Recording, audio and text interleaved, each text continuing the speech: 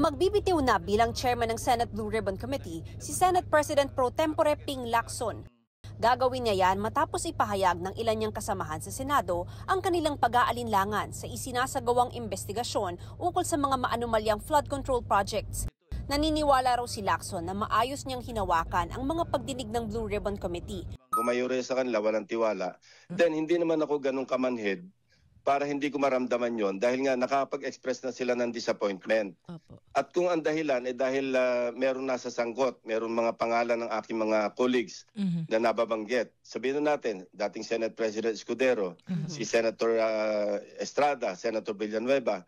Ang tingin nila, bakit ang pinupuntirya, rightly or wrongly, at sasabihin ko, false yung narrative na nasusundan na pinupuntirya ko lang yung aking mga kasamahan at iniiwas ko doon sa sinasabing mismo mga arkitekto ng lahat ng ito na sina dating Speaker Romualdez at dating Congressman Saldico.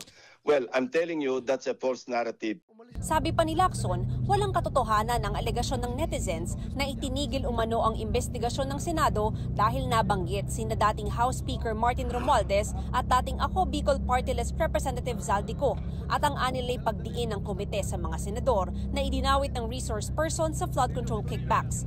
Bago inanunsyo ang pagbibitiw, kinansela ni Lacson ang pagdinig ng Senate Blue Ribbon Committee ukol sa katiwalian sa flood control projects na nakaschedule ngayong linggo dahil nakiusap aniya si Senate Finance Committee Chairman Senador Win Gatchalian na i-prioritize ang budget deliberations. May hinihintay din daw silang dokumento galing sa ibang ahensya. Pero paglilinaw ni Lacson, hindi pa tapos ang kanilang investigasyon. Kasama pa raw sa mga iimbitahan nila sina Romualdez at Co. Sa panawagan ng ilan na ipaubaya na sa Independent Commission for Infrastructure o ICI ang investigasyon sa flood control anomalies. That's also one option. Pero sa tingin ko, lalo nang mapapasama yung perception sa Blue Ribbon Committee. Tsaka sa inyo, sir. Tsaka sa napasok inyo. na, nabanggit na yung pangalan ni dating Speaker Romualdez at meron nang lumalabas na malinaw na ebidensya kasi corroborated na mga records yung kay ex-Congressman Saldico.